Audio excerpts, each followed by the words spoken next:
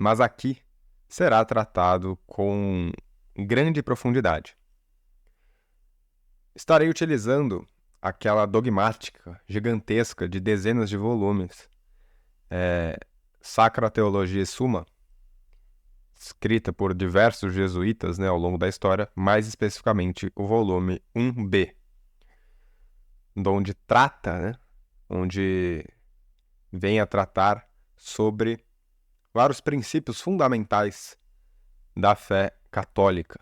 A primeira, eu vou tratar de vários tópicos, eu vou dar aqui uma leve introdução dos tópicos que serão tratados e do primeiro tópico de hoje, evidentemente. Então, o primeiro tópico será a instituição da Igreja Monárquica. Nesse subtópico, nós iremos tratar sobre a promessa da primazia feita por Cristo, Cristo ter conferido essa primazia a São Pedro, e São Pedro ser o vigário de Cristo superior aos demais apóstolos, ok? Essas três coisinhas, muito simples, já tratei soltamente em alguns vídeos, mas aqui será tratado com mais aprofundamento, né? O segundo tópico será a perpetuidade dessa igreja. Então, a perpetuidade da hierarquia da igreja e do primado. O segundo subtópico, os bispos são sucessores dos apóstolos. Terceiro subtópico, o romano pontífice é o sucessor de Pedro e o primaz. Tá? E sobre o poder, a natureza ou a primazia, né? E depois será tratado a conclusão. Somente a Igreja Católica Romana é a verdadeira Igreja de Cristo. Posteriormente, será tratado sobre o magistério da Igreja e suas fontes. O capítulo 1 desse tópico será sobre a instituição divina do magistério. Será depois tratado sobre o magistério ter sido instituído por Cristo nos apóstolos. Posteriormente, adentraremos no perene tema do infalível magistério, dentro do qual nós trataremos a infalibilidade dos bispos. Os bispos são sucessores dos apóstolos, são infalíveis quando, em acordo com o Romano Pontífice, impõem aos fiéis uma doutrina a ser mantida definitivamente, seja em um concílio ou fora de um concílio, ok? E, por fim, a infalibilidade do Romano Pontífice, que difere da infalibilidade dos bispos, né, soltos. Então, vamos começar pelo começo. Sobre a promessa da primazia feita por Cristo, né, a São Pedro. A instituição monárquica. Vamos lá. Sim, galera. Pelo tempo, vocês já viram que vai ser massivo. Esta é só a primeira parte, mas é necessário uma argumentação bem estruturada para que não haja dúvidas de que o catolicismo é provado, ok? Então vamos lá. A premissa, nós partiremos aqui da premissa de alguém que já entendeu que a igreja foi confiada aos apóstolos, né, o colegiado dos apóstolos. Entendendo isso, a gente se pergunta se Jesus imediatamente, diretamente, prometeu a São Pedro a autoridade suprema sobre toda a igreja. Agora, entendendo isso, nós nos perguntaremos se a igreja, né, o colégio apostólico, é uma sociedade oligárquica, onde os iguais possuem o poder supremo, ou monárquica, em que uma pessoa física detém o poder social supremo.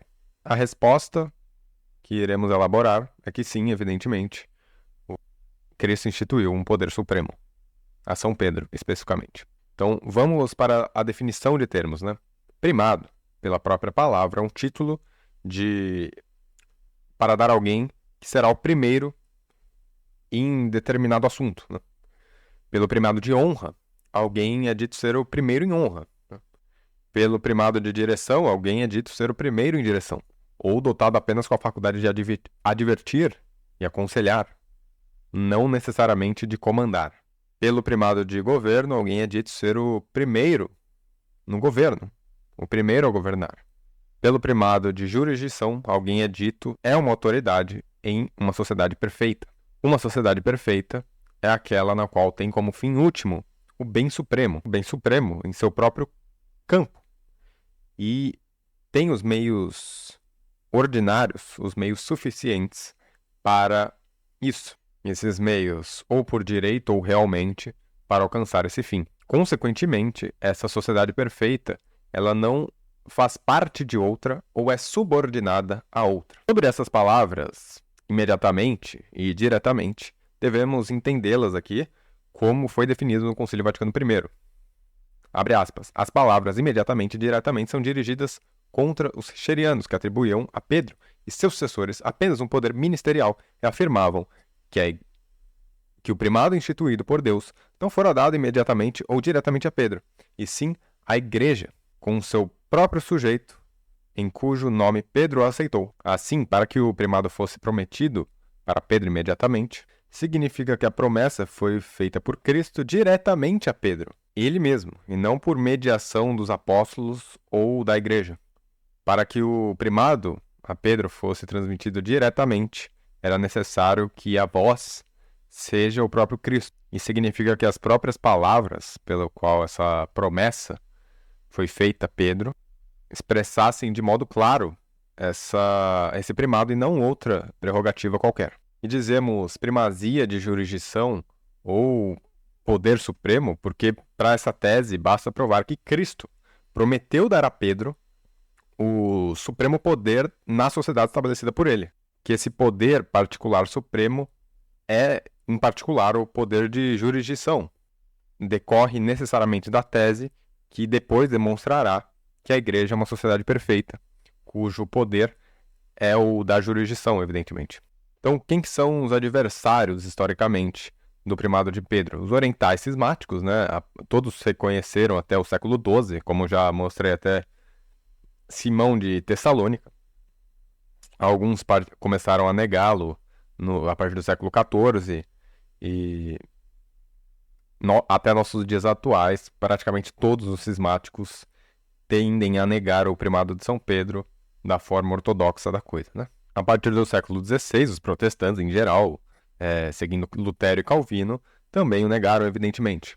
Lutero afirmou, por exemplo, abre aspas, a palavra de Cristo em Mateus 16 não pertence a nenhuma pessoa específica, mas somente à igreja edificada sobre Cristo como rocha. No século XVII, os galicanos e os jansenistas, no século XIX e XX, os racionalistas, os modernistas buscaram negar o primado de São Pedro, defendendo especialmente 3 teorias. A teoria da interpolação nega totalmente a autenticidade literária de Mateus 16 e 18, ou diz que esse trecho teria sido adicionado posteriormente ao Evangelho. A teoria da idealização, ou crítica das formas, admite a autenticidade literária do texto, mas nega sua autenticidade histórica, dizendo que as palavras não teriam sido ditas por Cristo, mas são expressões da ideia que a igreja primitiva criou sobre Pedro. Também existe a terceira linha protestante que reconhece a autenticidade literária histórica, mas entende o sobre esta pedra como significado Cristo, ou todos os apóstolos, ou a fé de Pedro e dos fiéis, e não Pedro enquanto pessoa. Então, os que defendem a teoria da interpolação falam que essa citação ela é uma interpolação, né, do final do século II. Um autor como J. Grew ousou afirmar que essa interpolação foi feita em Roma, por volta do ano 190, durante o papado do Papa São Vítor. Outro autor que defende essa tese admite que essa tese era conhecida, esse versículo era conhecido por São Justino, e diz que essa interpolação foi feita no ano 130. Eu não vou tratar de refutar essa tese, porque está presente nos códices, né? Versões antigas, como todas as edições críticas feitas tanto por católicos quanto não católicos. Mas se vocês quiserem ver essa refutação, é só ler a dogmática, ok? Como é uma teoria que ultimamente eu acho que ninguém defende, eu não vou focar nela, tá? Mas eu só citei ela porque, para quem quiser ler a dogmática, ele trata dessa teoria, mesmo sendo completamente furada, ok? Sobre a teoria da idealização, também não irei tratar aqui, porque tanto católicos, quanto protestantes, quanto ortodoxos acreditam que realmente Cristo falou isso. A teoria da idealização, novamente, é aquela que diz que foi o que Mateus e a igreja primitiva pensava sobre Pedro e sua relação com a igreja, e não necessariamente o que Jesus falou. Também é tratado disso na Suma, ok? Então, vamos para a terceira, que é que o versículo é legítimo, como todos aceitam, mas que não prova o primado de Pedro nesse versículo. Então, vamos lá. Em Mateus 16, Cristo ele promete imediatamente a São Pedro uma prerrogativa extraordinária sobre toda a igreja, incluída em três metáforas. Mas sob essas três metáforas, Cristo significou diretamente o poder social supremo. Portanto, Cristo ele prometeu a São Pedro imediata e diretamente o poder social supremo sobre toda a igreja. Então, o principal, uma prerrogativa é prometida.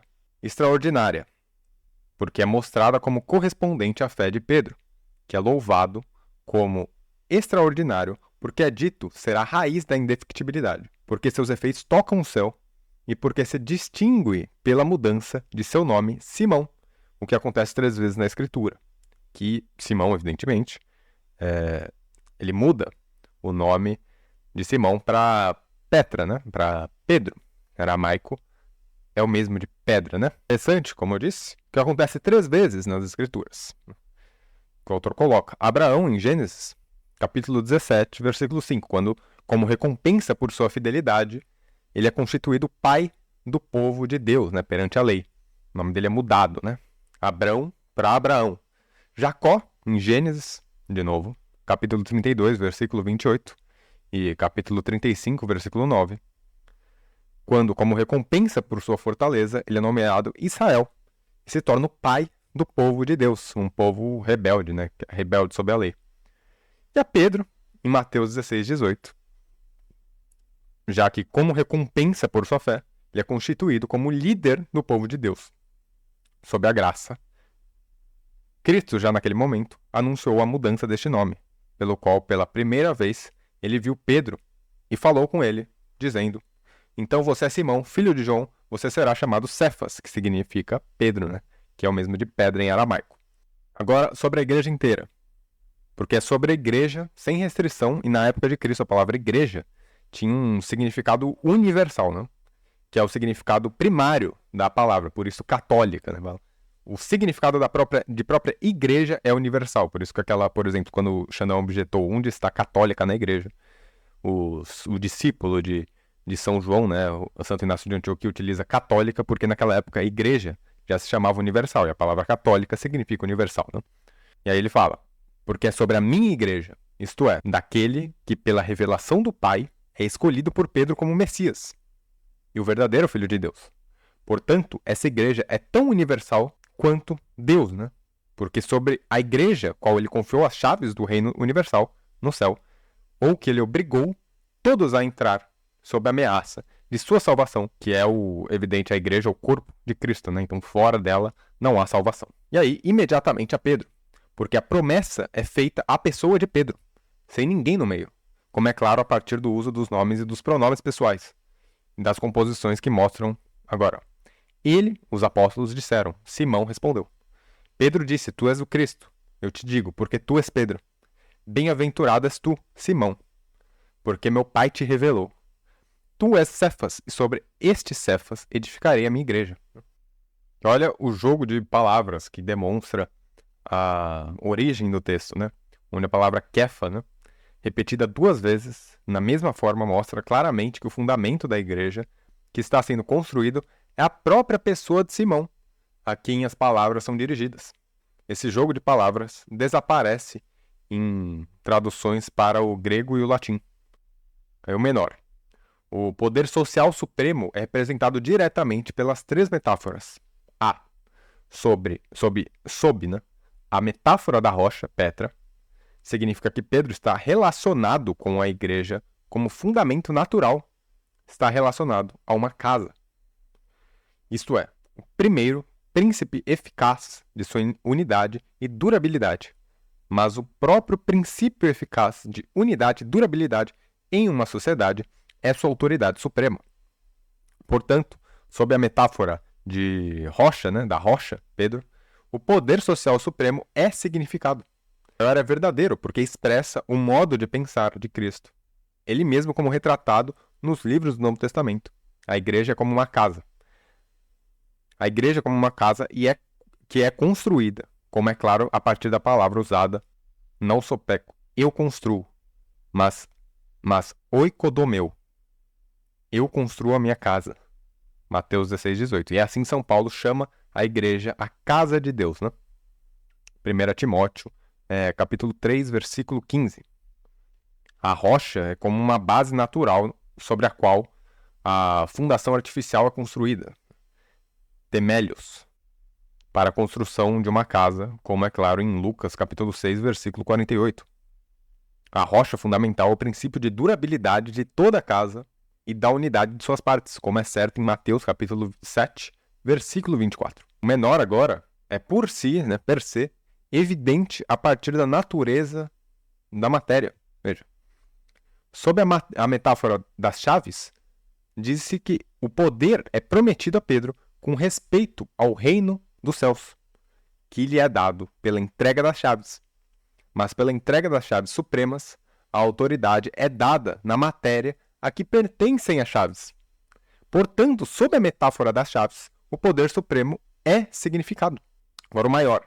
Pelas chaves do céu, o poder significa que no céu era atribuído às divindades, como Shamash, na Babilônia, Dike na Grécia, Jano na Itália, Mitra no culto dos mistérios do sol, etc. O menor pela entrega das chaves, a autoridade suprema é conferida. Aí o uso secular comum. Pela entrega das chaves de uma cidade, de um reino, etc., a autoridade suprema sobre essa cidade, reino, etc., é transferida. Assim, Suleiman, o rei dos turcos, disse aos legados do imperador Fernando I, abre aspas, levarei as chaves da Hungria no meu ombro.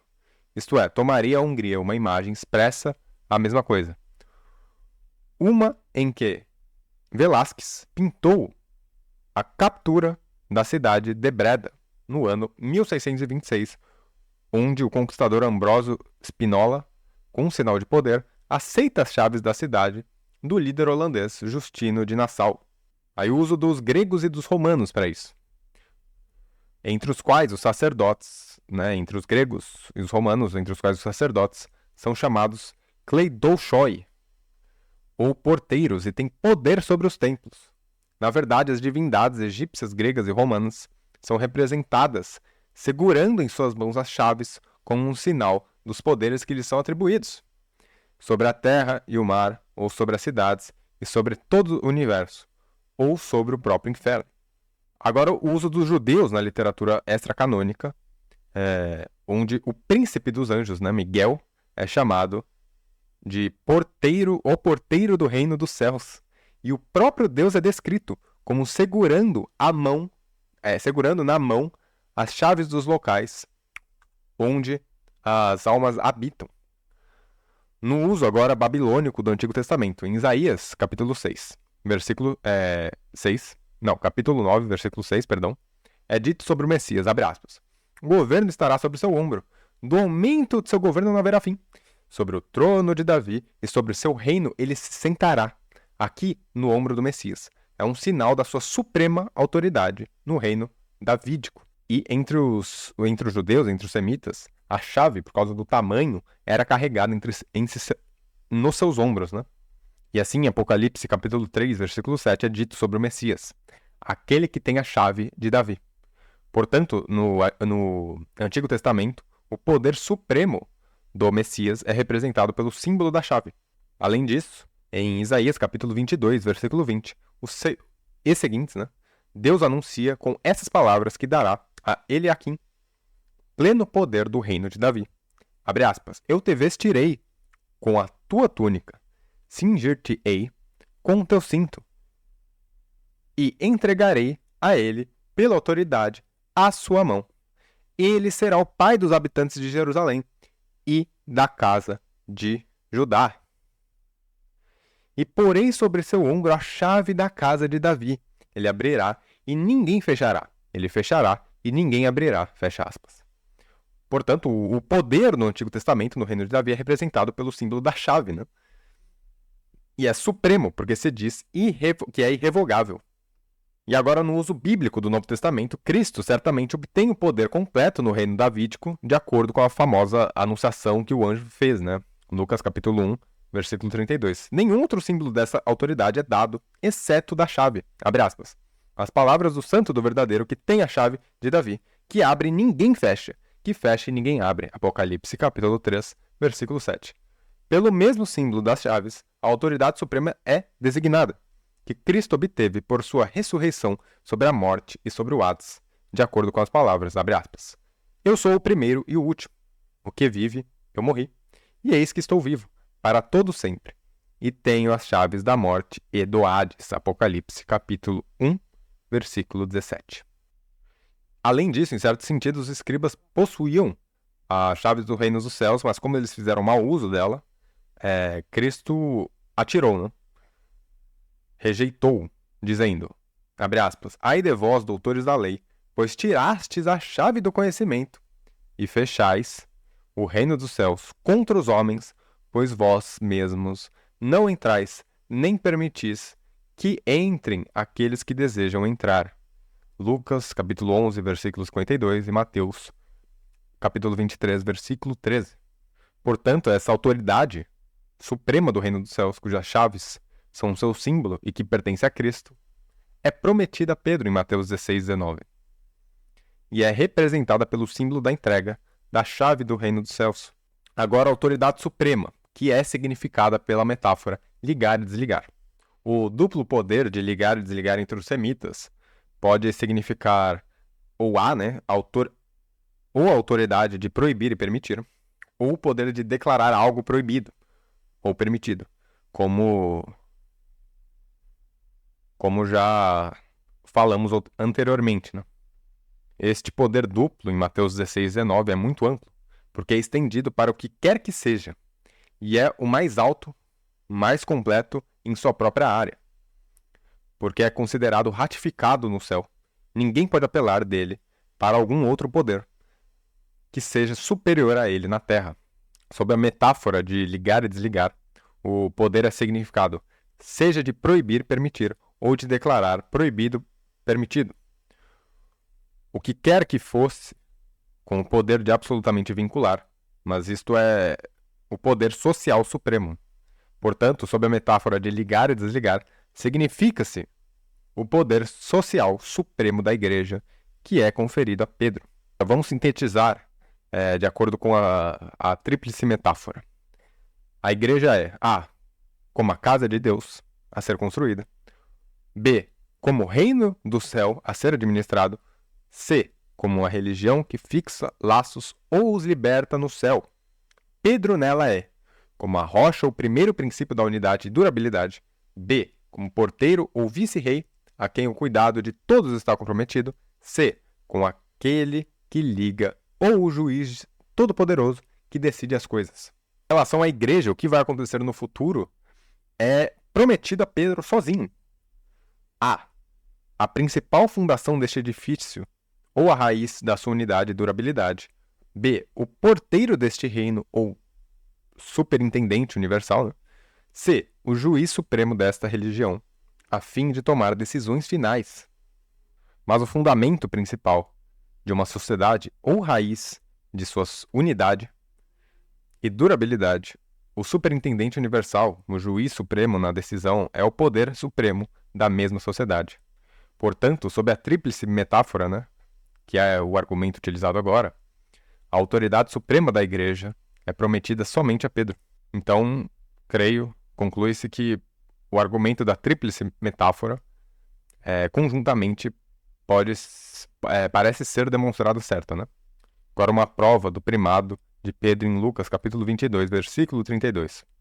Como texto de São Mateus, do qual provamos a promessa do primado, outro texto de São Lucas mostra um verdadeiro paralelo, a partir da qual, com razão, também pode ser provado que o primado no ofício de ensino pertence a São Pedro.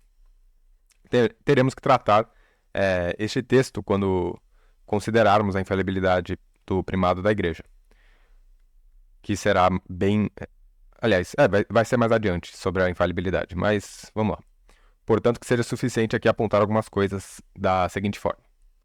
Mateus 16, 18. Eu vos digo, tu és Pedro, e sobre esta rocha edificarei minha igreja. Lucas, capítulo 22, versículo 32.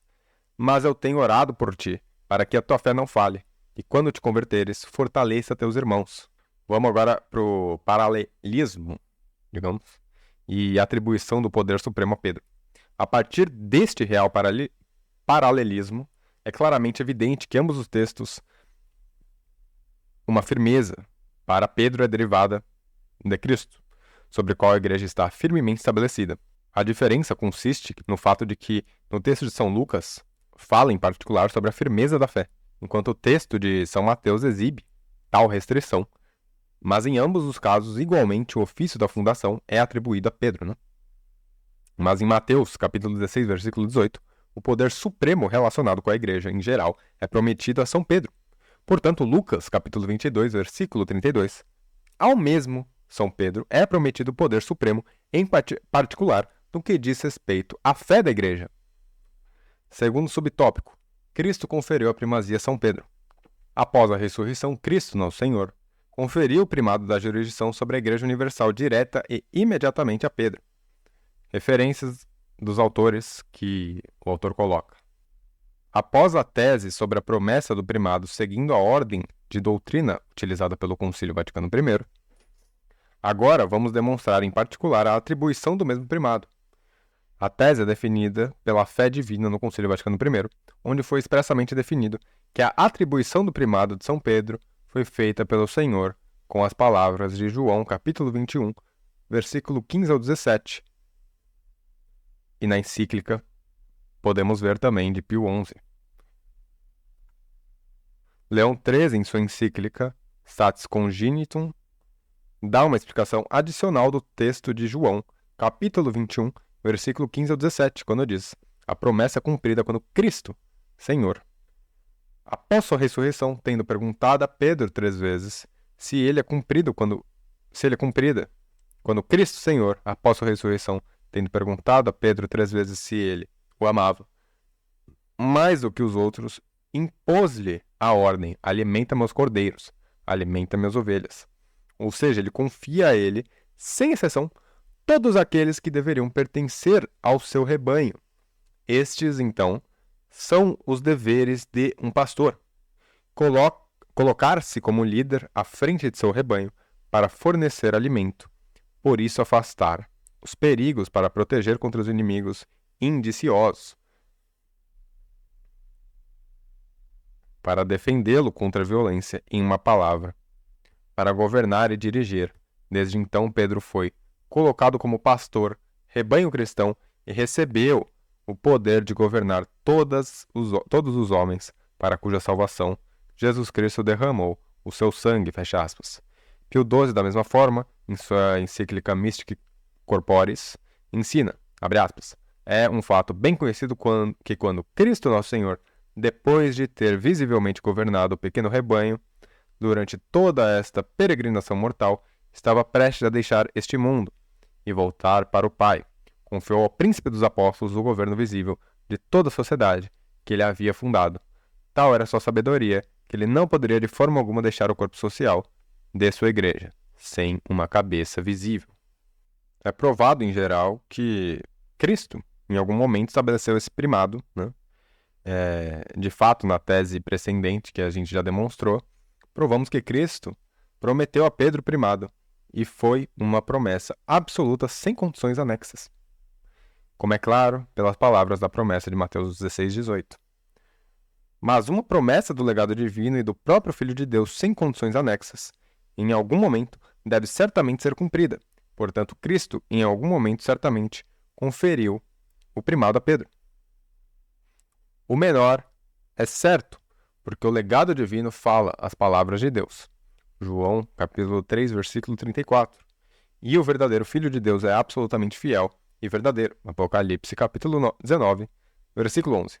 Mas a palavra de Deus, absolutamente afirmada pelo Filho de Deus, que é absolutamente fiel e verdadeiro, né, deve em algum momento certamente ser cumprida. Portanto, a promessa do primado pelo legado divino e pelo próprio Filho de Deus, absoluta e sem nenhuma condição dada a Pedro, deve em algum momento certamente ser cumprida. Prova 2, das palavras de João, capítulo 21, versículo 15 ao 17.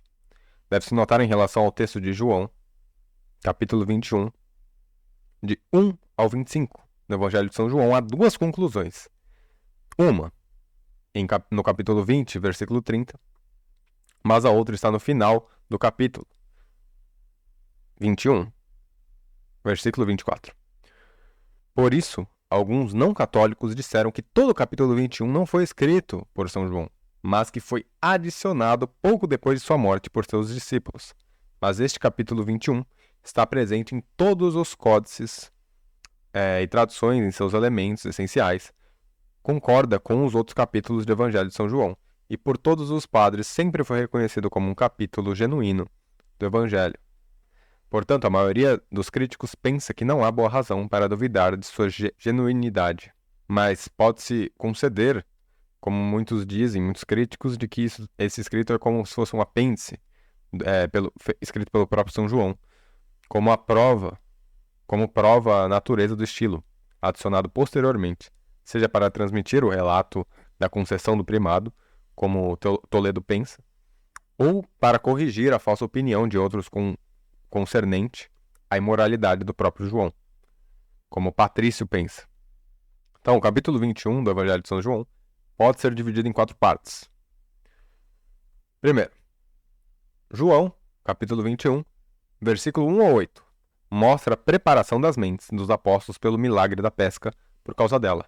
Pedro lembra-se da outra experiência semelhante de pesca, após a qual Jesus chamou Pedro para se tornar um seguidor permanente. Lucas capítulo 5, versículo 1 ao 10. João, capítulo 21, versículo 9 ao 14, mostra a maneira pela qual Cristo separou os corações dos apóstolos pelos sinais de amor manifestados na refeição preparada para eles e por ele, né? Desta forma, ele certamente se revelou a eles como bom mestre. João, capítulo 21, versículo 15 ao 17, narra as próprias palavras com as quais o bom pastor, Cristo, conferiu a Pedro, um apóstolo, o cuidado de alimentar todo o seu rebanho.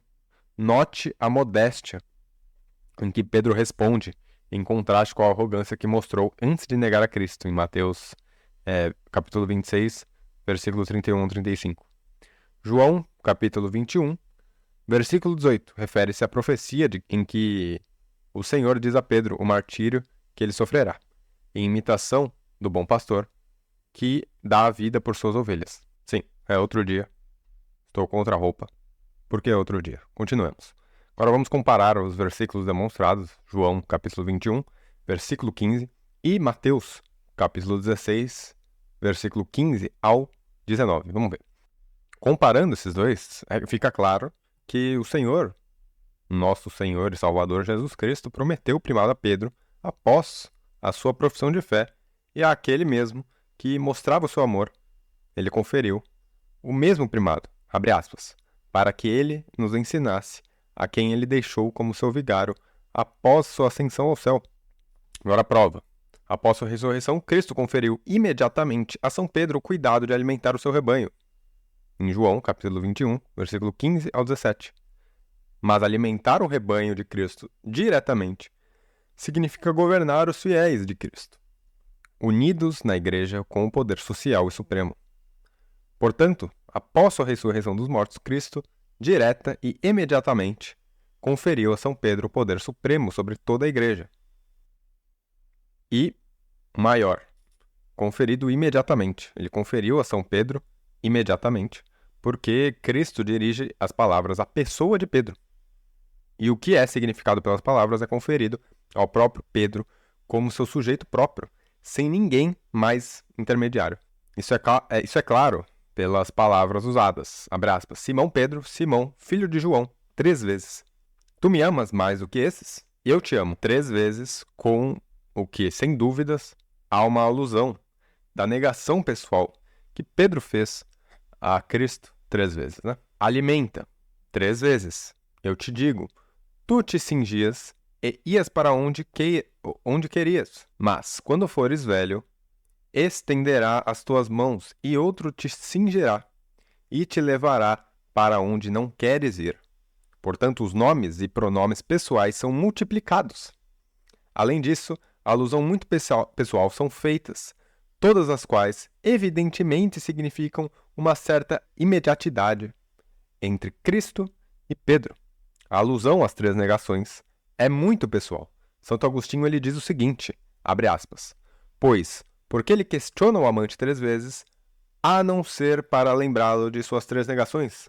Em outro lugar, Santo Agostinho novamente diz, abre aspas, o tríplice da confissão substitui o tríplice da negação, para que a conversação manifestasse mais amor do que medo, que seja um ofício de amor alimentar o rebanho do Senhor. Se foi um sinal de medo de negar o pastor, a repetição tríplice também significa a solenidade da concessão do direito. E lembrando, galera, Santo Agostinho, ele nunca, nas retratações, ele fala, eu me retrato disso, Pedro não era o primaz. Eu já mostrei isso refutando o Lucas Banzoli, que supostamente Santo Agostinho, ele se retrata dessa interpretação de que Pedro é a pedra, vocês podem ver, mas ele nunca trata de se retratar das vezes que ele estabeleceu Pedro como primaz, ou Roma como primaz, né? Muito pelo contrário, na retratação dos maniqueus, quando ele vai se retratar da epístola fundamental contra os maniqueus, ele nem se refere àquela famosa citação de que o que mantém ele na igreja é a própria sé do apóstolo Pedro. O cuidado de alimentar o rebanho. O cuidado de alimentar seu rebanho, porque o Senhor expressamente comanda, alimenta meus cordeiros, alimenta minhas ovelhas. Santo Tomás diz, abre aspas, alimenta meus cordeiros, isto é, meus fiéis, chamados cordeiros por mim. O cordeiro, João capítulo 1, versículo 29, de modo que não se pode dizer que é cristão quem diz que não está sob o cuidado desse pastor, a saber, Pedro. O menor, estamos dizendo, rebanho de Cristo significa os fiéis, que o rebanho de Cristo significa diretamente os fiéis de Cristo. Temos certeza disso pela explicação do Senhor na parábola do bom pastor, onde as ovelhas de Jesus são ditas ser aqueles que reconhecem e seguem Cristo e também creem nele. Né? Essa daí é a primeira coisa que quer dizer. Abre aspas. Eu sou o bom pastor e conheço minhas ovelhas, e as minhas ovelhas me conhecem. Vocês não creem, porque não pertencem às minhas ovelhas. As minhas ovelhas ouvem a minha voz, e eu as conheço, e elas me seguem. João, capítulo 10, versículo 14 ao 26. E B. Aqueles que Cristo veio para salvar sempre por sua morte. Abre aspas. Eu vim para que tenham vida, e a tenham em abundância. Eu dou minha vida pelas ovelhas. Eu dou-lhes a vida eterna, e elas jamais perecerão. João, capítulo 10, versículo 9 ao 28. E aqui também dizemos que está se referindo aos fiéis unidos à igreja, porque se diz porque se diz, constitui um só aprisco que é fechado, abre aspas, aquele que não entra pela porta no curral das ovelhas, mas sobe por outra parte, é ladrão e salteador, mas o que entra pela porta é o pastor das ovelhas. Eu tenho outras ovelhas que não são deste aprisco. Também é necessário que eu as traga, e elas ouvirão a minha voz. E haverá um só rebanho, um só pastor. João capítulo 10. E B. Porque os fiéis são ditos pelos apóstolos constituir o rebanho de Cristo, e este rebanho é chamado igreja. Assim exorta os presbíteros entre vós, como os presbíteros com eles. Abre aspas. Pastoreai o rebanho de Deus, que está entre vós. E quando o sumo pastor se manifestar, alcançareis a incorruptível coroa de glória. 1 Pedro, capítulo 5, versículo 1 ao 4. Cuidai de vós mesmos e de todo o rebanho sobre o qual o Espírito Santo vos constitui bispos, para pastoreardes a igreja de Deus, que ele adquiriu com seu próprio sangue. Terceiro, alimentar significa governar com poder social. Vamos lá.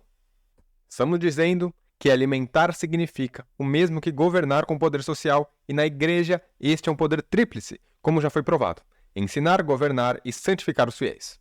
E certamente este poder tríplice é suficiente indicado na parábola do bom pastor. Ensinar, João capítulo 10. Eles ouvem a minha voz e creem. Governar, seja conduzido às ovelhas, João capítulo 10, de novo, ou defendendo-as, João capítulo 10, 11 ao 15. Santificar, João capítulo 10.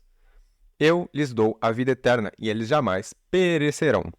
Estou deixando os versículos exatos, porque eu lembro o capítulo, mas aqui eu acabei não anotando o versículo exato, mas estará na tela. Alimentar é o mesmo que governar com poder supremo, e até com poder real. Estamos dizendo que alimentar é o mesmo que governar com poder supremo e até com poder real.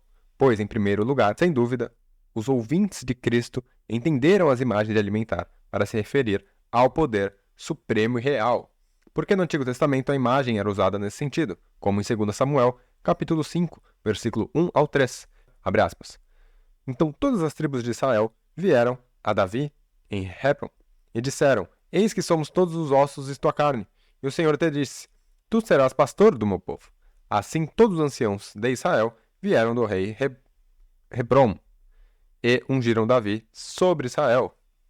B. Porque frequentemente os livros do Antigo Testamento, o povo de Deus é chamado de rebanho e as ovelhas do Senhor. E o próprio Deus é dito ser o pastor de seu povo.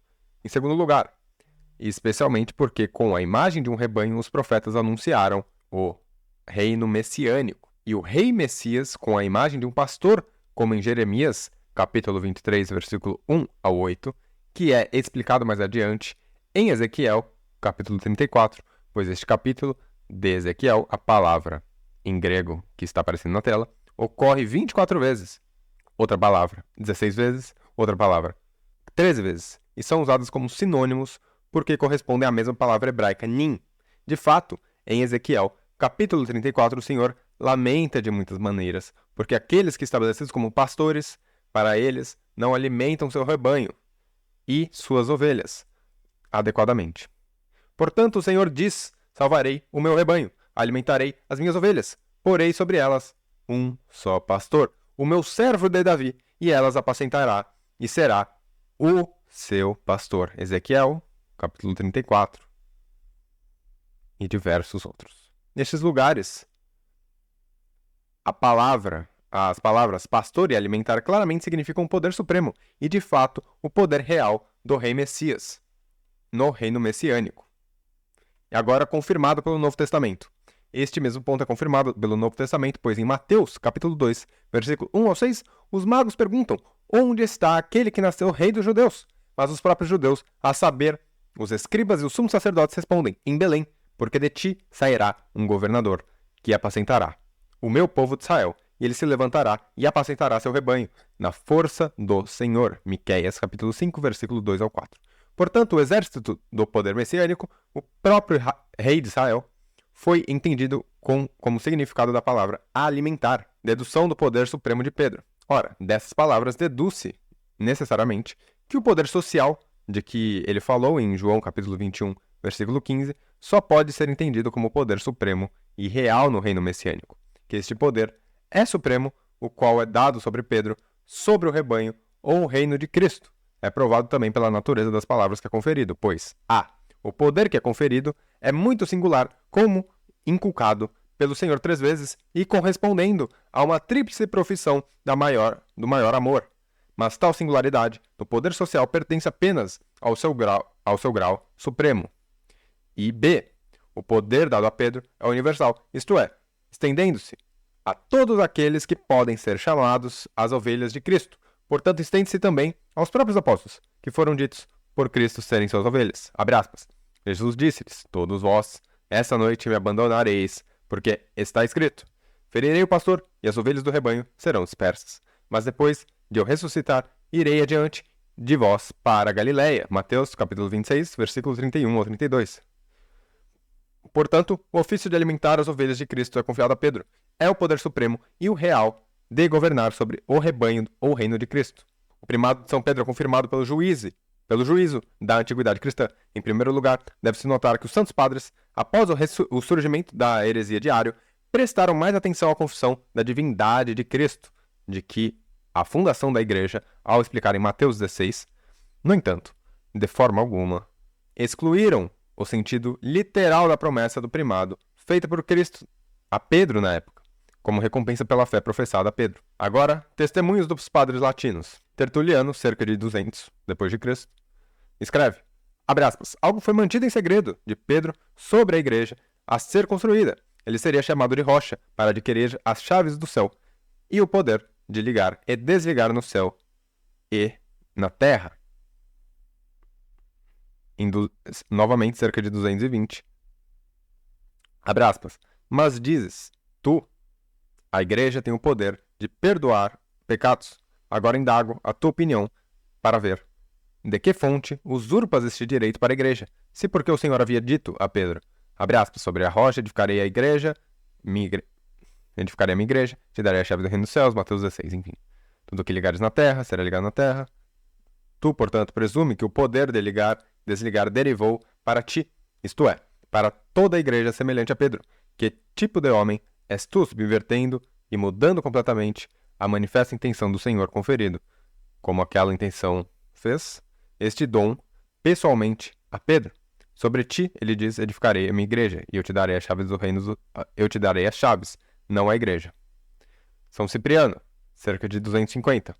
O Senhor fala a Pedro, digo-te, diz ele, tu és Pedro, sobre ele, sendo ele construiu uma igreja, e embora depois da ressurreição ele confira igual poder a todos os apóstolos, ainda assim, para que pudesse manifestar a unidade, ele estabeleceu por sua autoridade a origem da mesma unidade, começando de um. Certamente, o restante dos apóstolos também era o que Pedro era, dotado de uma igual parceria de ofício e de poder. Mas o começo procede da unidade, para que a igreja de Cristo possa ser mostrada como uma, e o primado é dado a Pedro, para que uma única cátedra possa ser mostrada. Há um Deus e um Cristo, e uma igreja, uma cátedra fundada em Pedro pela palavra do Senhor. Santo Hilário, cerca de 360, abre aspas. Pedro, a quem anteriormente ele havia dado a chave do reino dos céus, sobre quem ele iria construir sua igreja, contra a qual as portas do inferno não prevaleceriam, o que ele ligasse ou desligasse na terra permaneceria no céu ligado ou desligado. Ele sofrerá tanto pela salvação da raça humana que nomeou Pedro, o primeiro confessor do Filho de Deus, o fundamento da igreja, o porteiro do reino celestial e nos assuntos terrestres, o juiz do céu, em triunfo sobre Satanás. Mário Vitorino.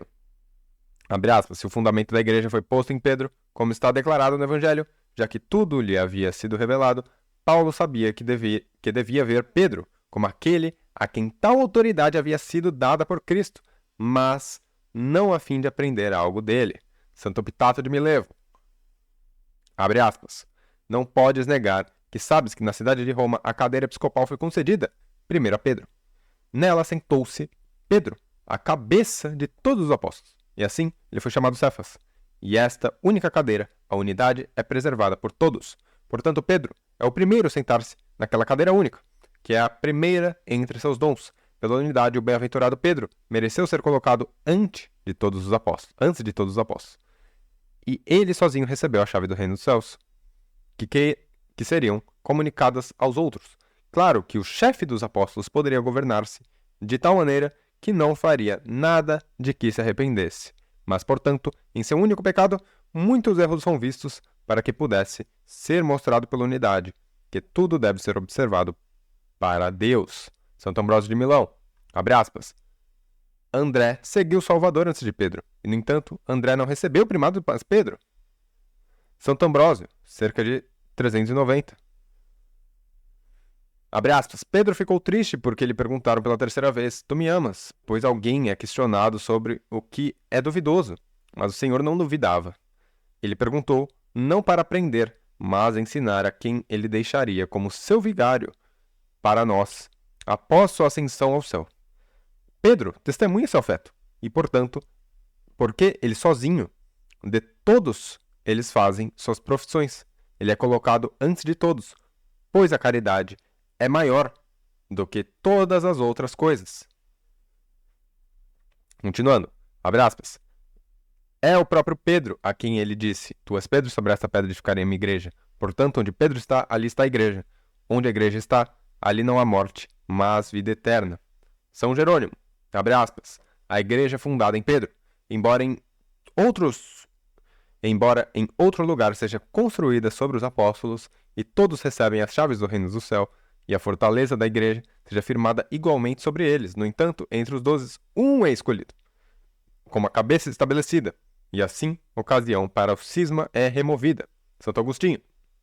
Abre aspas, certamente sabemos sobre o grande mérito de Cipriano, bispo e mártir, mas ele é maior do que Pedro, o apóstolo e mártir? O mesmo Cipriano, em sua carta quinto, diz que, sobre ele, pois nem Pedro, ele disse, a quem o Senhor escolheu primeiro e sobre quem ele construiu a igreja. Eis onde Cipriano menciona, o que também aprendemos nas Sagradas Escrituras, que o apóstolo Pedro, quem é o primado dos apóstolos, é preeminente, com tão excelente graça, a parte da verdade exigida por agir da maneira costumeira em relação à circuncisão, foi corrigido pelo apóstolo Paulo, que veio depois. Pois quem não sabe que seu primado de apostolado deve ser preferido a qualquer outro episcopado? Mas, embora a graça das cadeiras seja diferente, no entanto, há uma glória do martírio. Contra a falsa ele escreve, portanto, onde está a incongruência se Pedro, após seu pecado, é feito pastor da igreja, assim como Moisés, após matar o egípcio, foi feito chefe da sinagoga? São Leão Magno, abre aspas, a firmeza da fé é louvada no príncipe dos apóstolos e perpétua, e assim que Pedro creu sobre Cristo é permanente, assim também que Cristo instituiu em Pedro é permanente. Isso pode ser visto lendo o Evangelho, Mateus 16. Portanto, a disposição da verdade permanece, e o bem-aventurado Pedro, preservando em sua força da rocha, aceita, não abandonou a governança da igreja aceita. Para isso ele foi escolhido antes dos outros, de modo que, enquanto ele é chamado de rocha, enquanto ele é anunciado como fundamento, enquanto ele é constituído porteiro do reino dos céus, enquanto ele é juiz de ligar e desligar, e a definição de suas decisões também permanecerá no céu. Juntamente com Cristo, ele está encarregado dessa sociedade e o conhecemos através dos mistérios de seus vários nomes. Essa confissão obteve isso, uma confissão que foi inspirada por Deus, no coração dos apóstolos, e transcende todas as incertezas das opiniões humanas, e ele recebeu a firmeza da rocha, que não pode ser abalada por nenhum ataque. No Sermão 4 ele continua, de todo modo, um Pedro é escolhido, e ele é colocado acima do chamado de todas as nações, de todos os apóstolos e de todos os padres da igreja, de modo que, embora um povo de Deus haja muitos sacerdotes e muitos pastores, ainda assim Pedro governa corretamente todos eles, e Cristo os governa principalmente. É algo grande e admirável, meus queridos cristãos, que a dignidade divina conferiu a este homem uma parte de seu próprio poder, e ele quisesse que os outros tivessem algo em comum com ele, nunca lhes deu nada que não desse a ele. Para os testemunhos dos santos padres orientais. Clemente de Alexandria. Qual rico será salvo? Abre aspas. Portanto, ao ouvir essas palavras, o bem-aventurado Pedro, o escolhido, o preeminente, o primeiro dos discípulos, para quem sozinho e ele mesmo, o Salvador, pagou tributo, rapidamente aprendeu e compreendeu o dito. Orígenes, cerca de 240. Diz, abre aspas, veja o que é dito pelo Senhor ao grande fundamento da igreja e a rocha muito sólida, sobre a qual Cristo construiu sua igreja. Ó vós de pouca fé, disse ele, por que duvidas? Também, em Romanos, abre aspas, quando o poder supremo de alimentar as ovelhas foi dado a Pedro, e a igreja foi fundada nele, como sobre solo sólido, a confissão de nenhuma outra virtude foi exigida dele, exceto a da caridade. Eusébio de Cesareia, cerca de 305. A providência benigna e misericórdia de Deus dirigiu Pedro, o mais corajoso e maior entre os apóstolos, e o primeiro de todos os outros por causa do mérito de sua virtude, e o protetor em Roma contra aquela mancha da praga da raça humana. Novamente, Demonstratio Evangelica, abre aspas, Marcos, amigo e discípulo de Pedro, é lembrado por seus relatos de que Pedro disse sobre as obras de Jesus. Marcos não estava presente naquelas coisas que foram ditas por Cristo. Nem mesmo Pedro pensou que estava à altura da tarefa de relatar o que Jesus lhe disse e sobre ele. Mas o que essas coisas são que foram ditas ao próprio Pedro, Mateus registrou nessas palavras. Mateus 16. Visto que tantas coisas foram ditas por Jesus a Pedro, Marcos não relatou nenhuma delas, porque nem mesmo Pedro, como é provável, repetiu tais coisas em seus sermões. Certamente Pedro pensou que era melhor ficar em silêncio sobre essas coisas, portanto Marcos também as omitiu. Mas o que diz respeito à sua negação, ele contou a todos e publicou-a, pois depois disso ele chorou amargamente. Marcos 14, versículos 66 ao 72. Marcos de fato registra essas coisas, e Pedro testemunha essas coisas sobre si, pois todas as coisas que são lidas em Marcos são ditas serem a narração e sermões de Pedro.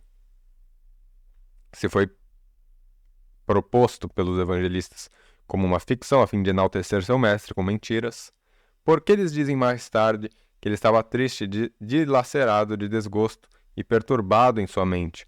Ou eles abandonaram e fugiram? Ou, o que estava sobre eles? Pedro, apóstolo e discípulo, não tendo sido ameaçado por tormentos ou prisão, negou-o 3 vezes? A Frates, cerca de 340. A Simão, líder dos discípulos, quando ele disse, em negação, não conheço o homem, ele fez penitência e derramou abundância de lágrimas. O Senhor o tomou e o fez fundamento, chamou de rocha para edificar a edificação da igreja.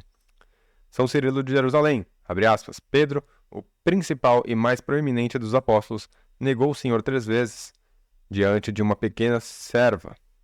Mas ele se arrependeu e chorou amargamente, e, portanto, ele não só recebeu perdão por sua negação, mas também manteve a dignidade apostólica inquestionada. Santo Éfrem. Simão, meu discípulo, eu te fiz o fundamento da minha igreja. Anteriormente eu te chamei de rocha, porque tu sustentarás todos os edifícios. Tu és o supervisor daquele que constrói a igreja para mim na terra. Se eles quiserem construir algo ruim, tu, como fundamento, deves repreendê-los. Tu és a cabeça da fonte, da qual minha doutrina é extraída. Tu és a cabeça dos meus discípulos. Através de ti, eu fornecerei bebida a todas as nações. Tua é aquela doçura vivificante que dou abundantemente. Eu te escolhi para que sejas a minha instituição, como filho primogênito e herdeiro oficial dos meus tesouros. Eu te darei a chave do reino dos céus. Eis que te estabeleci como príncipe de todos os meus tesouros. Também em Mateus 16. Tu, porém, o que dizes que sou? Simão, a cabeça, o líder, disse, tu és o Cristo, filho de Deus vivo. Ele respondeu, bem-aventurado és tu, Simão, e as portas do inferno não te vencerão. Isto é, que a tua fé não será destruída. Pois o Senhor edifica quem pode destruir? Quando o Senhor construiu sua igreja, ele construiu uma torre cujas fundações podem suportar tudo o que é construído em cima dela. Tu és a rocha, aquela rocha que ele se erigiu para que Satanás tropeçasse nela. Pelo contrário, Satanás quis virar esta rocha contra o Senhor, para que ele tropeçasse nela. Quando Pedro disse ao Senhor, Deus me livre que isso aconteça comigo.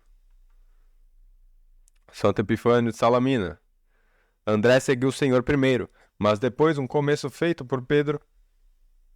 Pois então, ele precedeu seu irmão. Deus entende quem é digno do primeiro lugar. Portanto, ele o fez líder de seus discípulos.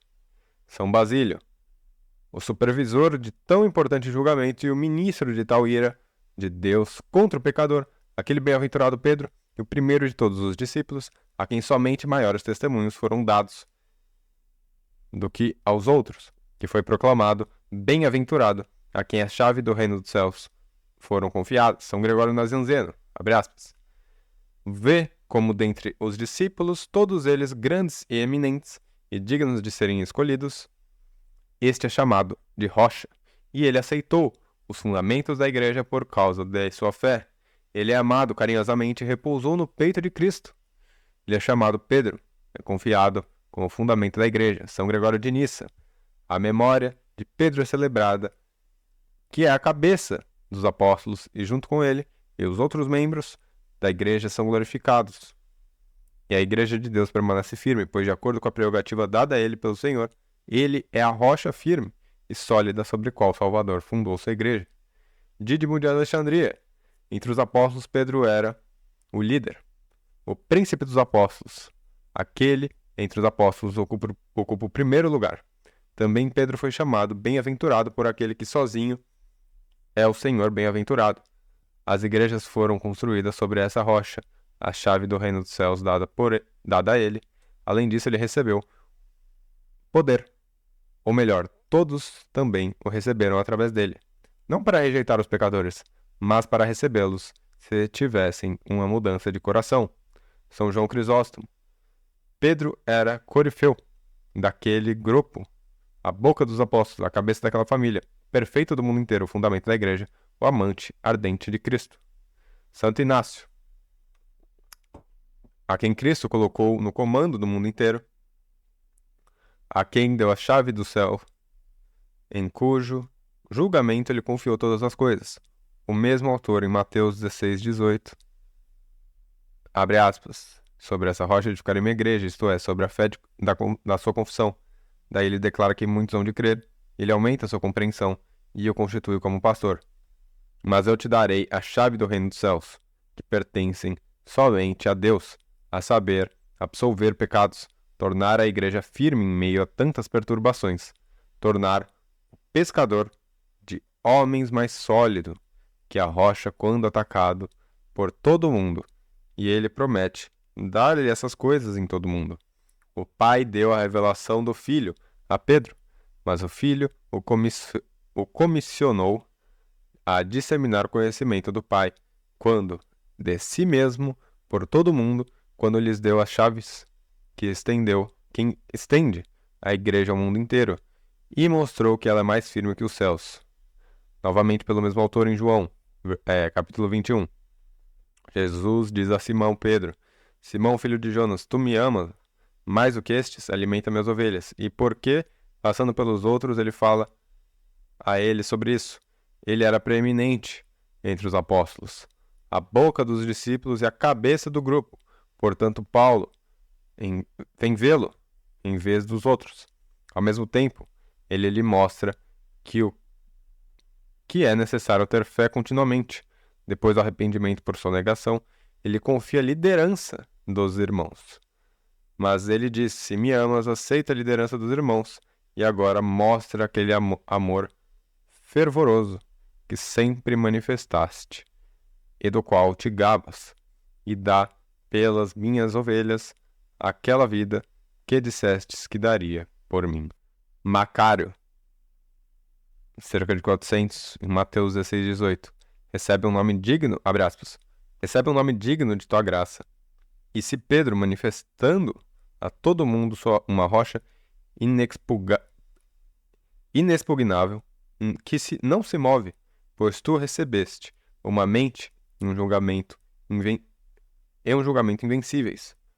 Aquele que lhe disse: tu és o Cristo, filho de Deus vivo, elevou ao cume da dignidade, quando o fez guardião das chaves do palácio do reino celestial, pois era conveniente para aquele que conhecia o rei sentado em seu trono em majestade e recebesse o poder de fechar e abrir, para que pudesse iluminar os que entravam, com quem conhece a força do poderoso e pudesse excluir aqueles que não são capazes da visão bem-aventurada. São Cirilo de Alexandria.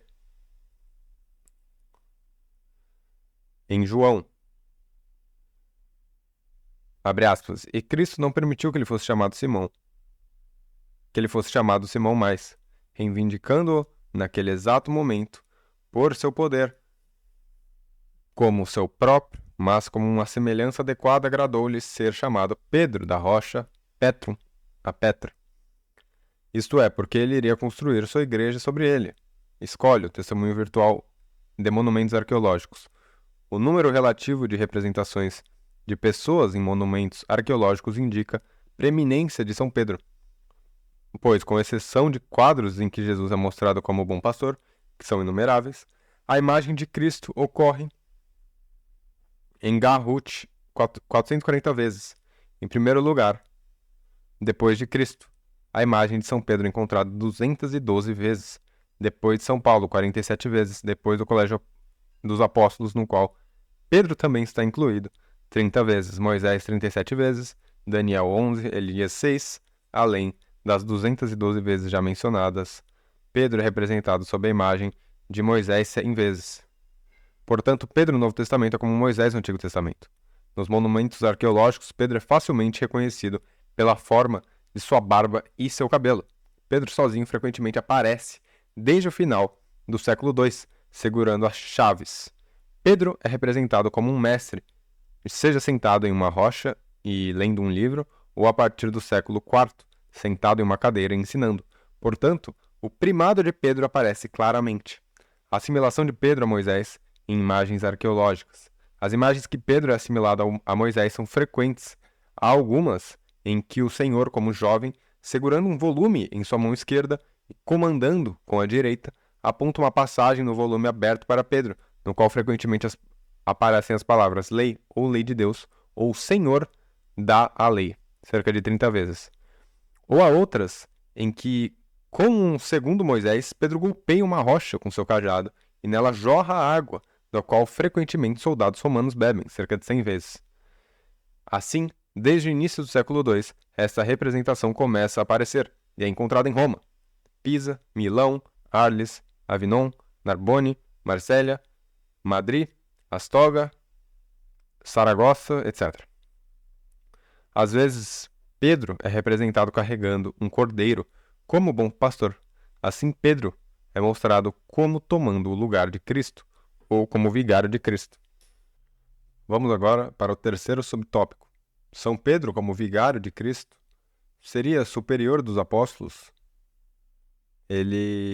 Os outros apóstolos estariam sujeitos a São Pedro? Vamos ver. Essas são as referências.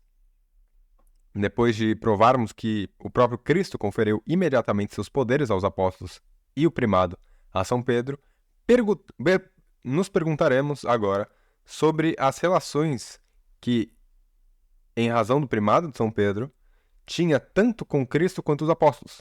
Dizemos que São Pedro, em relação a Cristo, é seu verdadeiro vigário na terra, como diz Santo Ambrósio, como diz São Gelásio. E em relação aos apóstolos, ele é seu verdadeiro superior.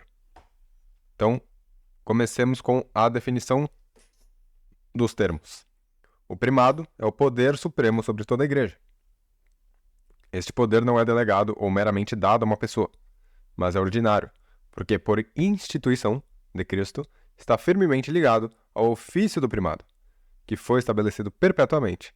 Este ponto será provado separadamente na tese seguinte. Mas o poder ordinário pode ser próprio ou vicário.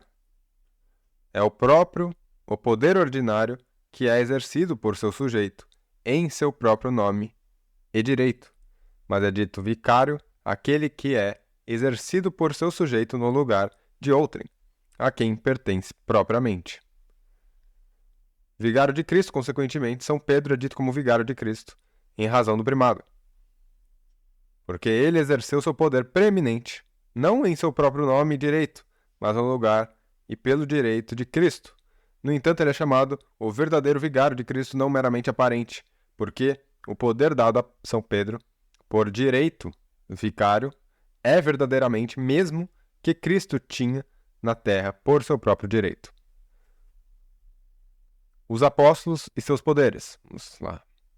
Os apóstolos são aqueles discípulos que Cristo nomeou apóstolos, em Lucas 6, 13, e que com Pedro constituem o colégio de 12. Com igual nome e direito, São Paulo deve ser unido a eles, como já provamos. Corta.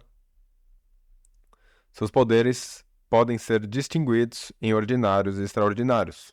Os ordinários são aqueles que, por instituição de Cristo, estão firmemente ligados ao seu ofício de pastoreio, e são estabelecidos perpetuamente.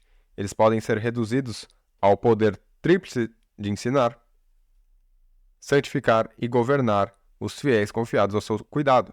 Os extraordinários são aqueles poderes que Cristo deu aos apóstolos durante sua vida para atender às condições extraordinárias da primeira fundação das igrejas. Portanto, eles não são nem ordinários, nem ligados por direito ao ofício firme, nem delegados por São Pedro em relação aos poderes ordinários a eles conferidos com o ofício do primado. Então, os principais poderes extraordinários dos apóstolos são: a missão e instrução imediata e completa aceita de Cristo, os versículos estarão na tela. B, o poder universal de ensinar, santificar, governar, onde pelo menos Cristo não havia sido pregado por outro apóstolo. C. A prerrogativa da fundação pela qual toda a igreja de Cristo necessariamente deve ser edificada sobre os apóstolos. D. Infalibilidade pessoal na doutrina, que pode ser provada em 1 Tessalonicenses, capítulo 2, versículo 13, e Gálatas, capítulo 1, versículos 6 ao 9. Além disso, os autores geralmente admitem que outros dons extraordinários foram concedidos aos apóstolos, embora fossem apenas acessórios. Um exemplo seria os dons de conhecimento infundido, de milagres, de confirmação na graça, e outros do mesmo tipo. Submetidos a São Pedro em razão do primado são aqueles que são ligados por uma verdadeira obrigação de subordinação em relação à autoridade preeminente de São Pedro. Agora, estado da questão. Afirmamos que São Pedro, em razão do primado, é o verdadeiro vigário de Cristo na terra, é o verdadeiro superior dos apóstolos, apesar de seus poderes ordinários e extraordinários recebidos de Cristo. Todos aqueles que se recusam a admitir o primado de São Pedro, como é evidente, também negam ambas as partes dessa tese. Em particular, Marcílio de Pádua se opõe a ambas as partes. Também muitos cismáticos orientais, como é certo da carta encíclica publicada em 1848, assinada por 33 bispos ortodoxos, na qual rejeitam os argumentos dados pelo venerável Papa Pio IX, em 6 de janeiro de 1848. Ele exortou os orientais a retornarem à união com Roma, em sua encíclica In Suprema Petri Apostoli Sede. Igualdade de Pedro com os outros apóstolos. Os seguintes afirmam que São Pedro é de todas as maneiras igual aos outros apóstolos. O jansenista Barcos ensina que a completa igualdade entre São Pedro e São Paulo. Por isso foi declarado herege por Inocêncio X. A escola de Tübingen, sob a direção de Bauer, também defende a igualdade de São Pedro e São Paulo, pois, inquirindo sobre a posição de ideias de onde, segundo os princípios hegelianos, o começo e a evolução histórica da Igreja devem ser explicados, ela ancora no petrinismo, isto é, em um cristianismo legal e nacional cujo líder é dito ter sido São Pedro, e no paulinismo, isto é, em um cristianismo livre da lei e universal, cujo promotor é dito ter sido São Paulo. Daí o primado de São Pedro não é nada mais do que aquela liderança que a facção legal e nacional da Igreja primitiva lhe atribuiu sobre os outros apóstolos. Mas outra igual liderança foi atribuída a São Paulo pela facção liberal e universal da Igreja primitiva. Agora, católicos antigos, os veterocatólicos e ortodoxos orientais. Para quem não sabe, os veterocatólicos são os católicos que negaram o Concílio Vaticano I, né? Não teve nem bispo que cismou, foi só padre, meu. Vamos lá. Os antigos católicos, como Langen, sustentam que nenhum poder foi dado a São Pedro, que pelas escrituras do Novo Testamento não possa ser provado ter sido dado também aos outros apóstolos. Pelo que São Pedro, no máximo, deve ser considerado o primeiro entre os iguais. Muitos ortodoxos orientais dizem coisas semelhantes a esta, e alguns deles vão além e atribuem uma certa primazia a Santo André sobre São Pedro.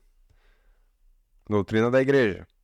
Ambas as partes da tese devem ser consideradas infalivelmente definidas por João 22, contra Marcílio de Pádua, pelo Concílio de Florença, na Profissão da Fé Tridentina e pelo Concílio Vaticano I.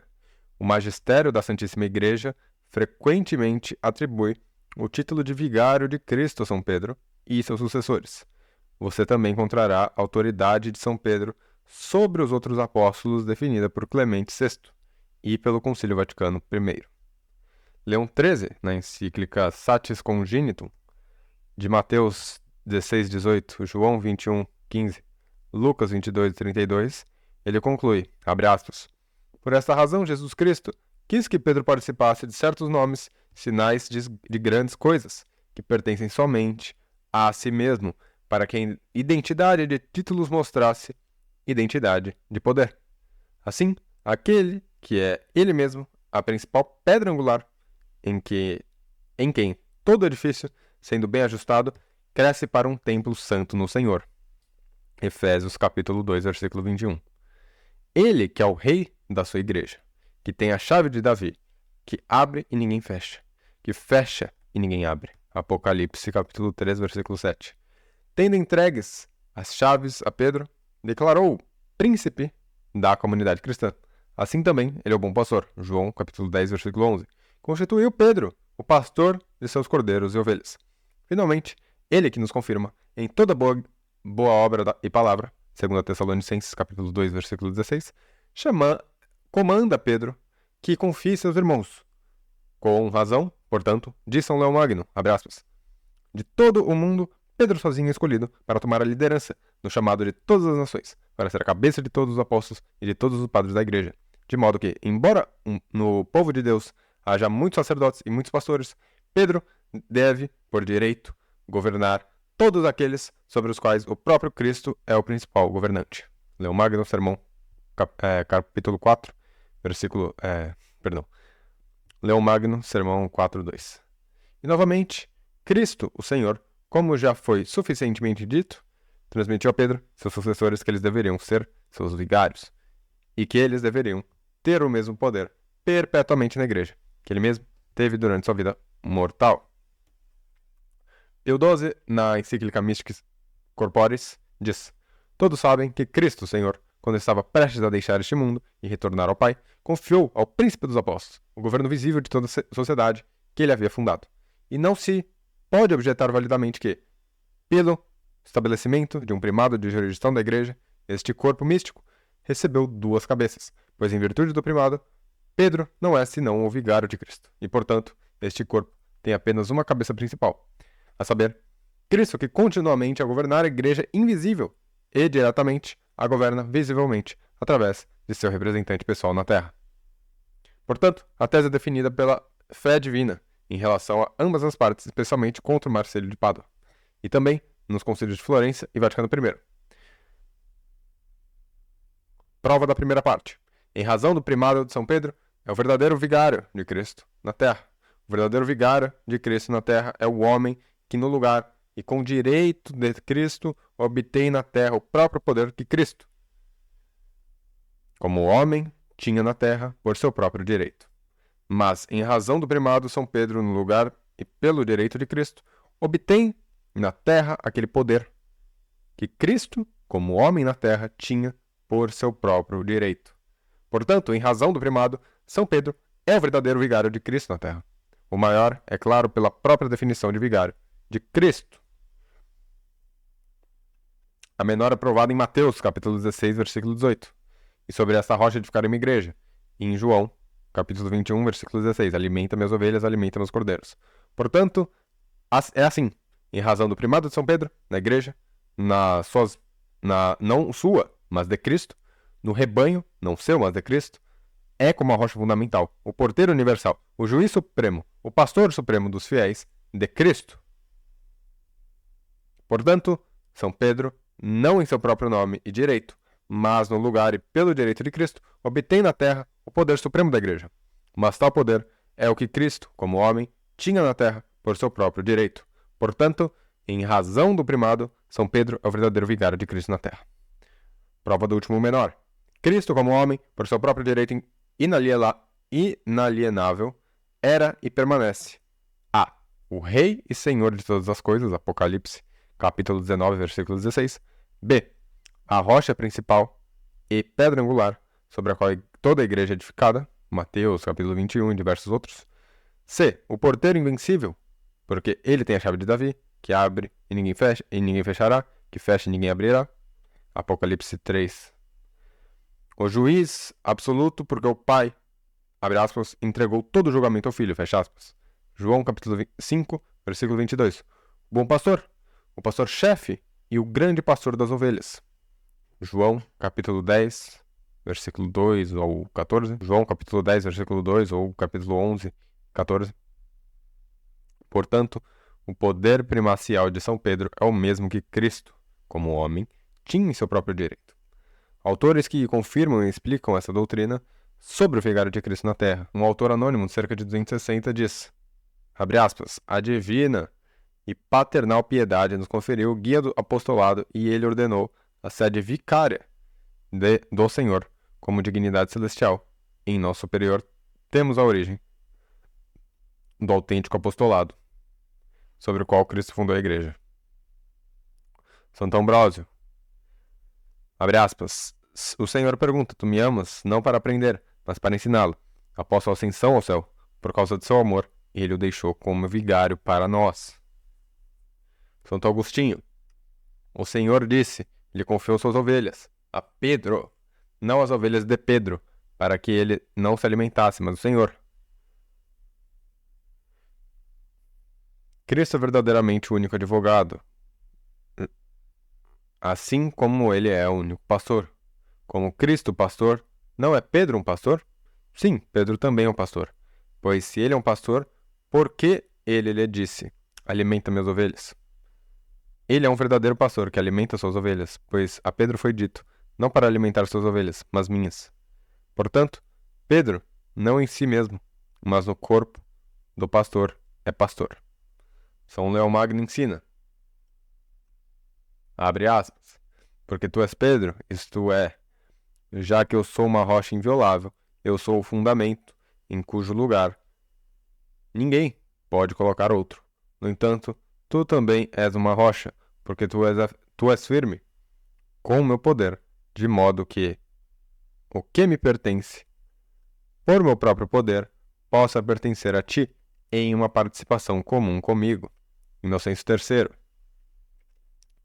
diz o seguinte, como Pedro se designou o único vigário de Cristo, caminhando milagrosamente até o Senhor, sobre as águas do mar, e ele mesmo caminhou milagrosamente sobre as águas do mar, o Senhor nomeou para si apenas Pedro como seu vigário, e com seu sucessor no ensino. E embora o primeiro principal fundamento da igreja seja o Filho unigênito de Deus, Jesus Cristo ainda assim, o segundo e secundário fundamento da igreja é Pedro. Agora, Cristo constituiu Pedro como rocha, porteiro, juiz e pastor. Portanto, Cristo, Senhor, que por seu próprio poder e direito verdadeiramente disse a si mesmo, eu sou a luz do mundo, por causa do poder comunicado aos apóstolos, também poderia verdadeiramente dizer, vós sois a luz do mundo. Portanto, similarmente, o mesmo Cristo, que, por seu próprio poder e direito inalienável, é a rocha, o porteiro, o juiz e o pastor em sua igreja, verdadeiramente também constituiu São Pedro a rocha, o porteiro, o juiz e o pastor por participação em seu poder e direito vicário sobre toda a igreja e o rebanho universal dos fiéis de Cristo. Para a prova da segunda parte, em razão do primado, também os outros apóstolos estavam sujeitos a São Pedro. De Mateus, capítulo 16, versículo 16 ao 19, em razão do primado, São Pedro é, como fundamento, o porteiro e o juiz supremo, a quem todas as coisas da igreja estão sujeitas. Mas os outros apóstolos são membros da igreja, portanto, em razão do primado, também os outros apóstolos estavam sujeitos a São Pedro. De João, capítulo 21, versículo 15 ao 18, em razão do primado de São Pedro, é como único pastor, a quem todas as ovelhas e cordeiros de Cristo estão sujeitos. Os apóstolos também são algumas das ovelhas de Cristo, como diz Mateus, capítulo 26, versículo 31, João, capítulo 10, versículo 9, 11, e capítulo 25 e 25 ao 27. Portanto, em razão do primado, também os outros apóstolos estavam sujeitos a São Pedro. De Lucas, capítulo 22, versículo 31. Em razão do primado, São Pedro também recebeu de Cristo o ofício de confirmar os outros apóstolos, mas a este ofício de confirmar corresponde necessariamente uma verdadeira obrigação de subordinação nos apóstolos a São Pedro. Portanto, em razão do primado, os outros apóstolos estavam verdadeiramente sujeitos a São Pedro. Precedência de São Pedro no Novo Testamento.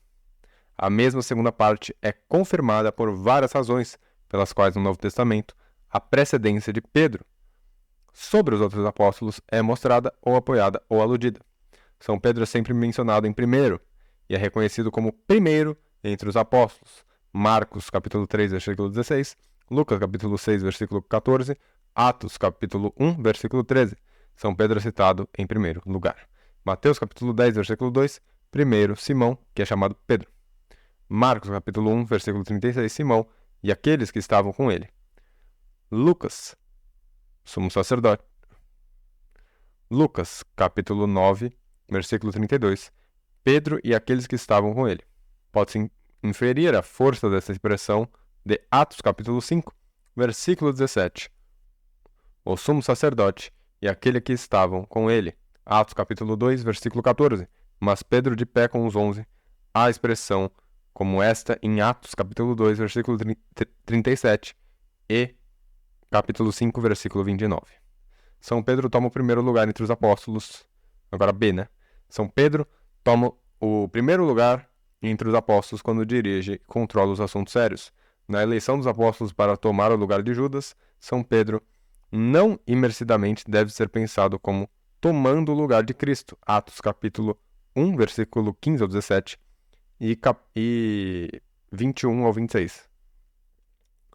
Na resolução de controvérsias de grande importância, por exemplo, se para os gentios a circuncisão e a observância da lei mosaica deveriam ser declaradas necessárias para a salvação ou não. Atos capítulo 15, versículo 15. Em Atos capítulo 15, nesta matéria, a opinião de São Pedro foi decisiva e definitiva. Atos capítulo 15, versículo 6 ao 12.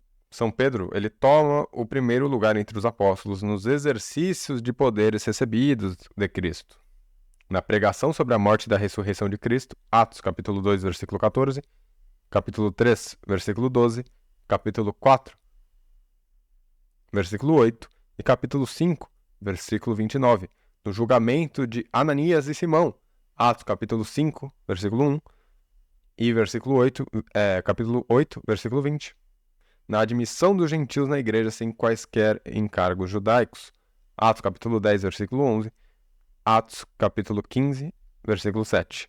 Nos milagres pelos quais confirmou a pregação e autoridade de São Pedro, Atos capítulo 3, versículo 1, capítulo 5, versículo 12, capítulo 9, versículo 34 ao 40. Confirmação pela autoridade de São Pedro. A mesma segunda parte é confirmada ainda por São Pedro, que, de maneira suficientemente clara, reconheceu a autoridade de São Pedro sobre si mesmo, de Gálatas capítulo 1, versículo 18. Abre aspas. Então, depois de 3 anos, subi a Jerusalém para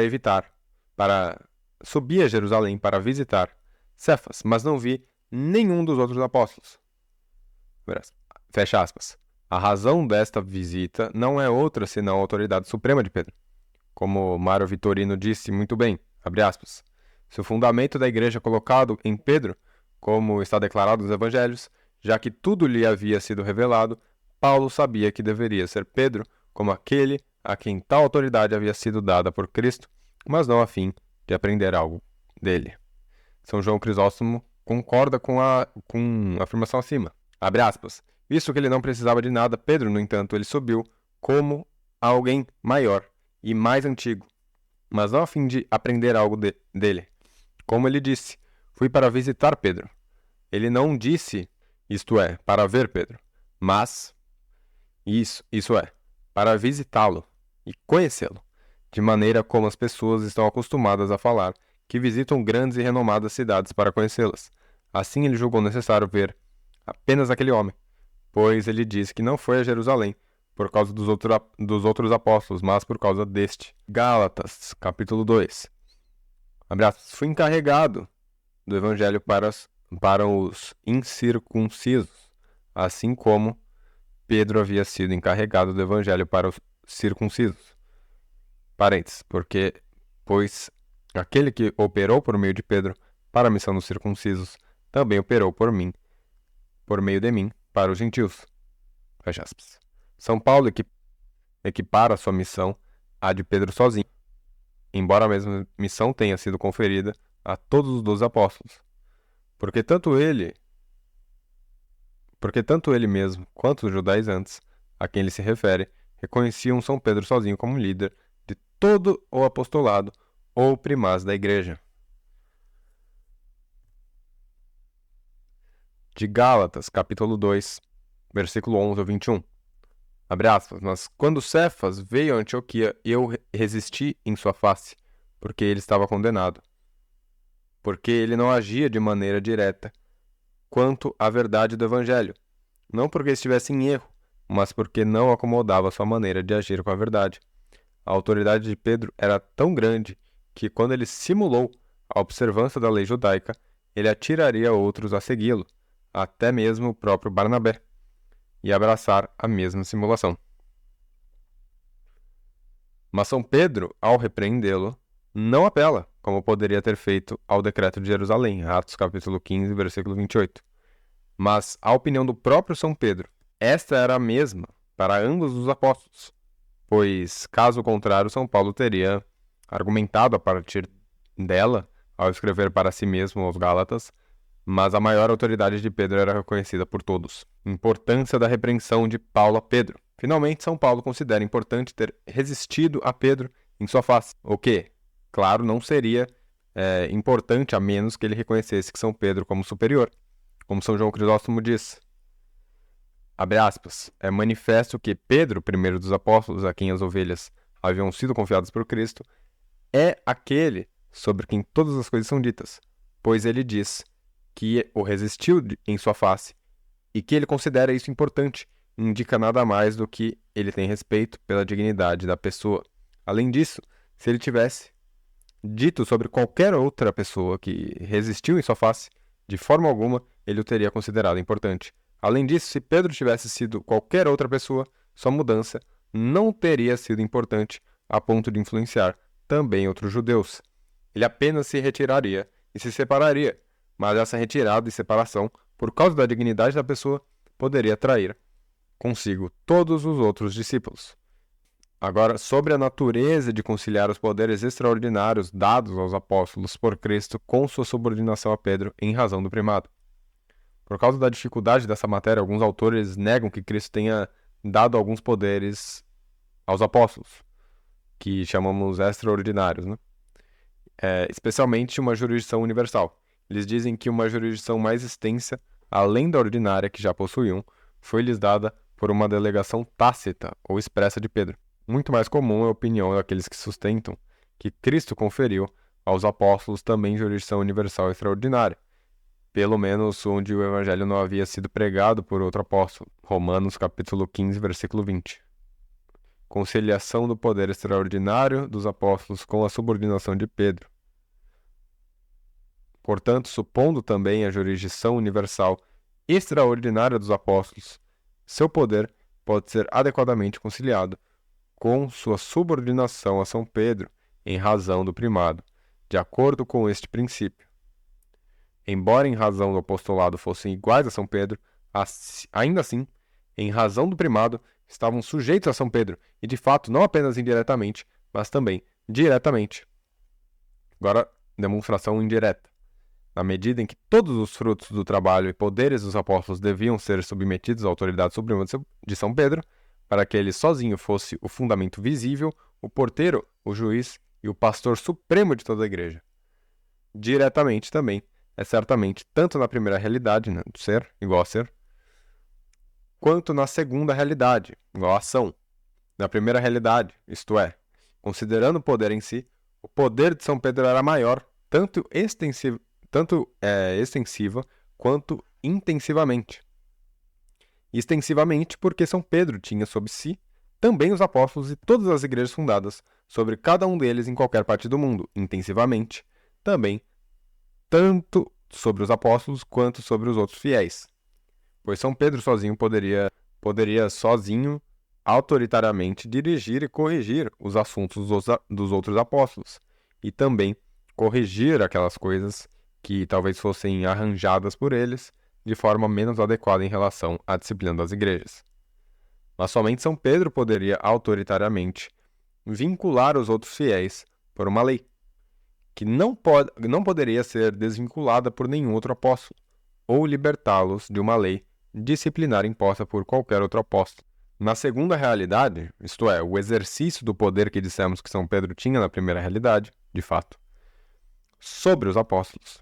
Em virtude disto, o ofício foi dado a São Pedro por Cristo, de alimentar, confirmar, desligar ou ligar, se isso fosse necessário, os próprios apóstolos, tomados tanto individual quanto coletivamente, que eram obrigados a obedecer aos preceitos de São Pedro.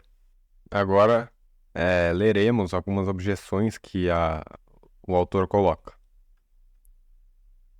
Primeira objeção. Os apóstolos haviam recebido de Cristo uma missão extensa. João, capítulo 20, versículo 21. Poder universal. Mateus, capítulo 28, versículo 19. A suprema faculdade de discernir e julgar. Mateus, capítulo 18, versículo 18. Portanto, eles não poderiam estar sujeitos a nenhum poder superior de um homem. E aí, o autor distingue o antecedente. Os apóstolos como um colégio cuja cabeça era Pedro, concedido.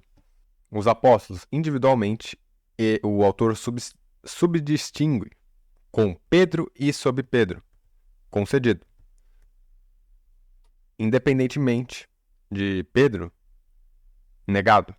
Sobre esse ponto, Inocêncio III disse: se você encontrar que isto foi dito aos apóstolos tomado em conjunto, mas não aos outros sem ele, Pedro, você verá que a faculdade de ligar e desligar foi dada a ele sem os outros. De modo que o que os outros não tinham sem ele, ele sem eles poderia fazer por causa do privilégio a ele conferido pelo Senhor, por causa da plenitude de poder recebida. Segunda objeção, de Gálatas, capítulo 1, versículo 8. São Paulo não reconhece nenhum poder de criatura acima de si mesmo, portanto, não o de Pedro. Aqui, eu distingo o antecedente. Nenhum poder de criatura que pudesse anunciar o evangelho contrário ao evangelho a ele revelado por Cristo. Concedido. Nenhum poder dado a um homem por Cristo, a qual ele deveria submeter-se. Isso é negado. Contrário ao ensino dos apóstolos. Atos, capítulo 15, versículo 10. Os judaizantes defendiam que, além do batismo, a lei de Cristo, a circuncisão e a lei de Moisés eram necessários para a salvação. Atos, capítulo 15, versículo 1. São Paulo escreve aos Gálatas contra eles, abre aspas, ainda que nós, ou um anjo do céu vos pregue um evangelho contrário aos que vos temos pregado, seja anátema. De Gálatas, capítulo 2, versículos 7 ao 9, São Paulo diz que ele é igual a São Pedro, supostamente. Vamos ver. Abre aspas. Portanto, ele nega que um poder lhe foi dado por Cristo, ao qual ele tinha que se submeter. O autor distingue o antecedente. São Paulo diz que ele é igual a São Pedro em razão do apostolado, concedido. Excluindo o primado de São Pedro, negado. No mesmo lugar, São Paulo diz que a autoridade de São Pedro é restrita aos judeus. Portanto, ele exclui o primado universal. O autor distingue o antecedente. São Paulo diz que a autoridade do apostolado, que ele de fato exercia entre os gentios, é igual à autoridade do apostolado que São Pedro de fato exercia entre os judeus, porque ambos foram similarmente, de fato, divinamente aprovados, tanto em seus frutos quanto com milagres. Isso concedido. São Paulo diz que a autoridade de São Pedro é restrita apenas aos judeus, negado. São Paulo está olhando para a distribuição dos trabalhos apostólicos, que de fato naquele tempo era de tal natureza, não exclusivamente, mas primariamente. São Pedro evangelizava os judeus, mas São Paulo os gentios. Embora São Pedro também tenha levado o evangelho aos gentios, como em Atos capítulo 15, versículo 7 e 14. E São Paulo, a princípio, aos judeus. Atos capítulo 13, versículo 14. Agora, outra objeção. São Paulo, na presença dos gentios, repreendeu São Pedro. Abre aspas. Portanto, ele supõe que sua autoridade não se estende aos gentios. Ele distingue o antecedente. Ele repreende corrigindo fraternalmente, concedido. Autoritativamente, negado. Deve-se provar isso. Próxima. De Gálatas, capítulo 2, versículo 14, São Paulo corrige São Pedro em seu ensino. Abre aspas, mas a correção do ensino não pode não ser autoritária. Portanto, São Paulo corrige São Pedro autoritariamente como um sujeito. O autor distingue o antecedente. São Paulo corrige São Pedro por um erro no ensino. Negado. Isto aqui é negado. Ele corrige São Pedro por causa de sua maneira de agir, porque era menos adequada à verdade do ensino. O autor subdistingue, extrinsecamente, ou em razão daqueles que poderiam ser levados ao erro doutrinário por causa dessa maneira de agir. concedido, intrinsecamente ou em razão do ensino da verdade, negado. Bom, então é isso. Finalizamos aqui a primeira parte, que é a instituição da Igreja Monárquica, né? Com os 3 tópicos e dentro deles muitos subtópicos. O primeiro é sobre a promessa da primazia feita por Cristo, né? Segundo, Cristo conferiu a primazia a São Pedro. E terceiro, São Pedro ele ser superior aos outros apóstolos e os outros apóstolos terem que se sujeitar, né? Então foram esses 3 tópicos com vários subtópicos dentro. O próximo tema será a perpetuidade dessa igreja, com 3 tópicos, né? E alguns subtópicos dentro, sobre o poder e a natureza da primazia, se isso é passado aos sucessores, né? Se os bispos são sucessores dos apóstolos. Bem maçante, concordo, mas eu confesso que vai valer a pena. Caso vocês queiram ver as objeções na íntegra de todos os tópicos e subtópicos que eu tratei, vocês podem ver na própria obra. Tá? Eu falei as objeções só do último tópico, que é o que gera mais intriga, porque ia ficar um vídeo muito maçante, muito longo, ok? Então é isso, as fontes vocês têm. O próximo será a perpetuidade da hierarquia da igreja e do primado. Salve Maria e viva Cristo Rei!